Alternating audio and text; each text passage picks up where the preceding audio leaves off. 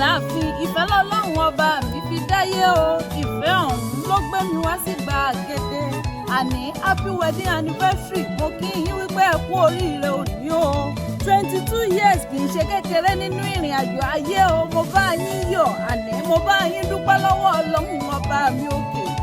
ẹ kú ọdún ẹ kú ìyèdùn òní o ńlẹ̀ ìyàwó pápápá jẹ́ ń sáré délé bàbá tó bí ọlọ́mọ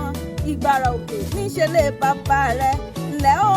ọmọ ògbàrà ọmọ ẹlẹ́yẹ ṣe wẹ́yẹ̀wẹ́yẹ̀ àti lórí ògún lọ́nà ìgbàrà ọmọ ògún rírọ ọmọ ògún àrírọ ọmọ ọwọ́ ọmọ ẹkùn kẹrin tọrọ wá ọmọ ọ̀bẹ́rí atamọ́ra àwọn ènìyàn kọnù kó ráwọn ìdá rẹ̀ kọnù róróró ọmọ mọ̀rúbọ kéèyè rẹ̀ kéèyè arúfin àná ẹ̀bọ àfin òlú àmì ọmọ amábẹ́rẹ́gún yẹn kí ìdórí ìgbèmọ̀mọ̀ gbọ́ o ọ̀rọ̀ ríro kọ́ ìṣẹ̀dálẹ̀ ibì kan ti bí ọlọ́mọ ní lẹ́ o ọkọ ìyàwó jẹ́ ń túndélé bàbá tó bí ọlọ́mọ ọmọ olúmọlúsì ńlẹ́ o ẹ̀yin lọmọ olúmọlúsì ọmọ ọlọ́jà igbó ọmọ olúgbó àdésúre òòṣà jẹ́ ń dàbí olúgbó èyí o